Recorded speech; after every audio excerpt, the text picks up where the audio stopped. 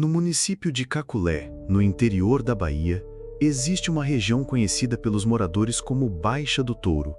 Uma faixa de terra árida, isolada e de difícil acesso, cercada por pequenas plantações, áreas secas e poucos registros cartográficos precisos.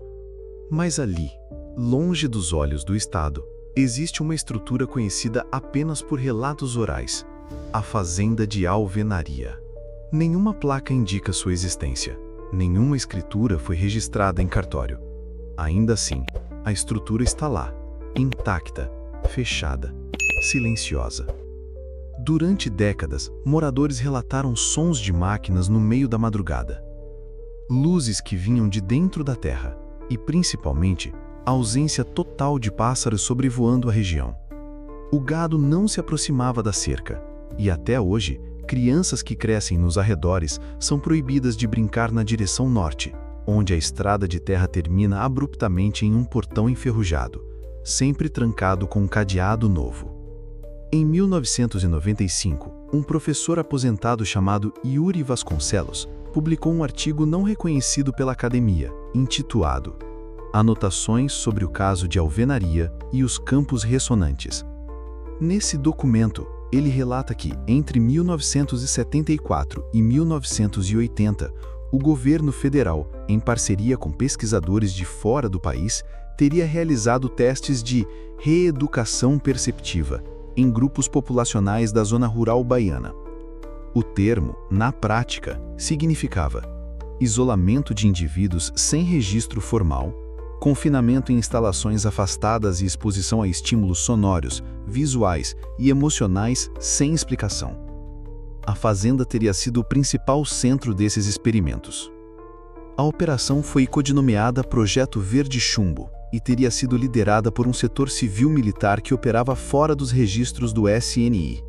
Os poucos documentos extraídos dos arquivos da aeronáutica nos anos 2000 apontam a existência de 14 instalações transitórias para testes de estimulação forçada. Mas só a instalação 04B, Fazenda Alvenaria, aparece com os selos de confidencialidade cruzada com órgãos internacionais.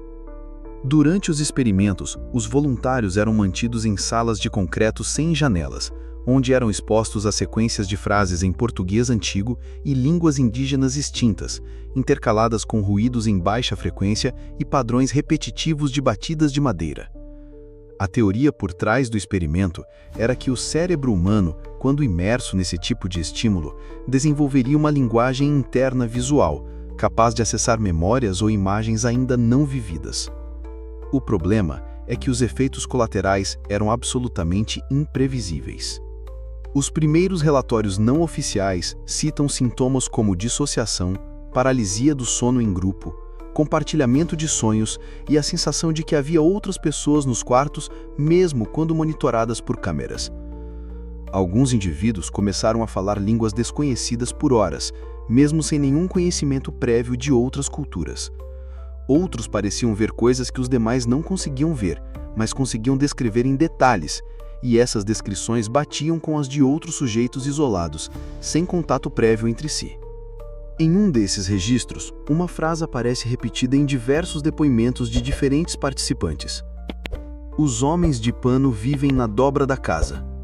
Eles escutam pelas paredes, e um deles sempre carrega uma criança virada para trás. As gravações de áudio de sessões nos dormitórios revelam padrões sonoros que se repetem mesmo sem origem. Estalos de madeira seca, vozes sussurrando frases bíblicas com palavras trocadas e, no fundo, um som contínuo semelhante ao de pedras arrastando-se por um piso de cerâmica. Em 1981, após um vazamento de informações internas, o projeto foi cancelado oficialmente. Mas, segundo denúncias feitas em 2008 por um ex-militar identificado apenas como S, a fazenda jamais deixou de funcionar. A estrutura foi supostamente terceirizada por um consórcio multinacional que se esconde por trás de uma ONG ambiental. As atividades mudaram de foco, deixaram de testar a linguagem interna e passaram a tentar amplificar estímulos visuais impossíveis. Imagens que o cérebro não deveria conseguir processar, mas que começavam a se manifestar espontaneamente em alguns sujeitos. O nome dado à nova fase do experimento foi o olho sem íris. Em depoimento anônimo enviado por carta à redação de um jornal universitário da UNEB em 2012, uma mulher afirma ter trabalhado como técnica de manutenção em alvenaria.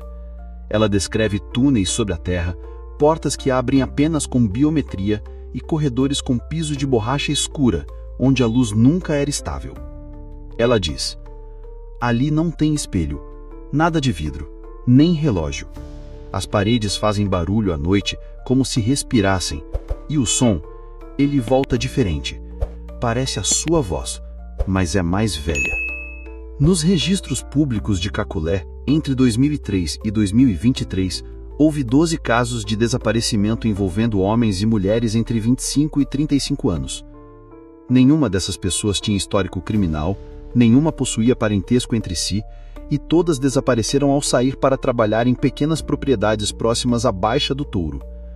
Em 2 casos, objetos pessoais foram encontrados a poucos metros do portão que leva à fazenda: um relógio quebrado, uma mochila intacta e, no caso mais recente, uma câmera analógica com o filme parcialmente queimado. Ao revelar o conteúdo restante, o fotógrafo contratado percebeu algo estranho. Havia uma imagem registrada dentro de um túnel iluminado por luz fria. No centro da imagem, uma figura humana coberta por tecido preto, com o que parece ser um capuz fechado, estava virada de costas, e atrás dela, algo parecido com uma escultura metálica de um corpo infantil, mas com braços muito longos e cabeça desproporcional. A polícia ignorou o conteúdo e arquivou o caso como sumiço sem vestígios. Desde 2021, drones foram avistados sobrevoando a área constantemente.